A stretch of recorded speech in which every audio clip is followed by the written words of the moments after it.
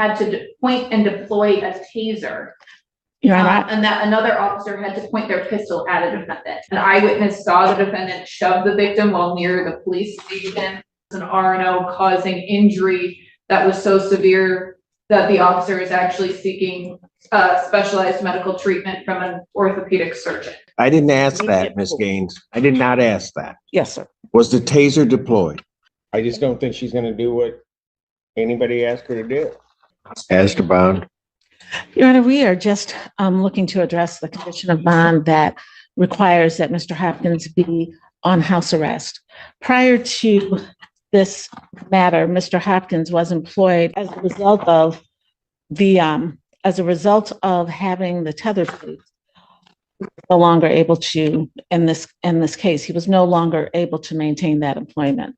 He is hoping to be able to get new employment and is asking that the court consider a no go-to order, a no contact order, or anything of that nature. My client, Mr. Hopkins, also recently registered for the cybersecurity program. Text me that information. I tried to send the confirmation to Ms. Barroso so that she would be able to see it. It's my understanding that the classes are majority online, but that would be the only place that he would have to come across Washtenaw County. Otherwise, he's just asking for some order that would allow him to work and just not have that kind of contact. Response. Your Honor, the bond in this case was set at $5,000 cash or surety when we requested a $50,000 bond. In this case, the people are uncomfortable with him being out. This was an event for a series of events that occurred where the defendant assaulted the victim at not one but two locations. An eyewitness saw the defendant shove the victim while near the police station.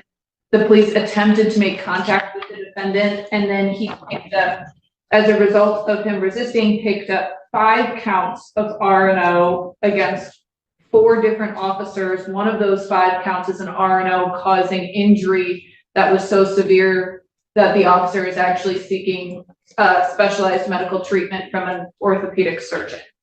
At this point, this is a 9. So hold on, there was a DV and then an officer injured.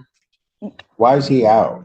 Your Honor, if I could address. Hold on, I'll let Ms. Barroso finish and then you can address it. I just had an intermediate question. Go ahead. So at this point, I don't think that a modification of bond removing him from being on house arrest is appropriate. We objected to a nominal bond of $5,000 when it was originally granted. At this point, I don't think that any further reduction is appropriate. A couple of things. First of all, Mr. Hopkins is here with his father. He is 20 years old. He has no prior criminal history. In reviewing the police report and the video, even the report references that the altercation, that the incidents that resulted in this charge, that there were, In which that it was, charge? I'll start with the domestic violence. That with those charges, that there was a more complicated situation. I believe the officer said, the report says something to the effect of, and this would also go to the property, that there had been physical altercations between the two of them, fighting between the two of them, and breaking of objects between the two of them. I believe that there's more to this than said. The allegations of the domestic violence are the one of the shoving, and also I believe of Mr. Hopkins taking his own computer back from the complainant. That's the second allegation of the domestic violence. And the resisting and obstructing is, the allegations are that Mr. Hopkins not that Mr. Hopkins turned around and slammed someone or punched them or anything, that he pulled away.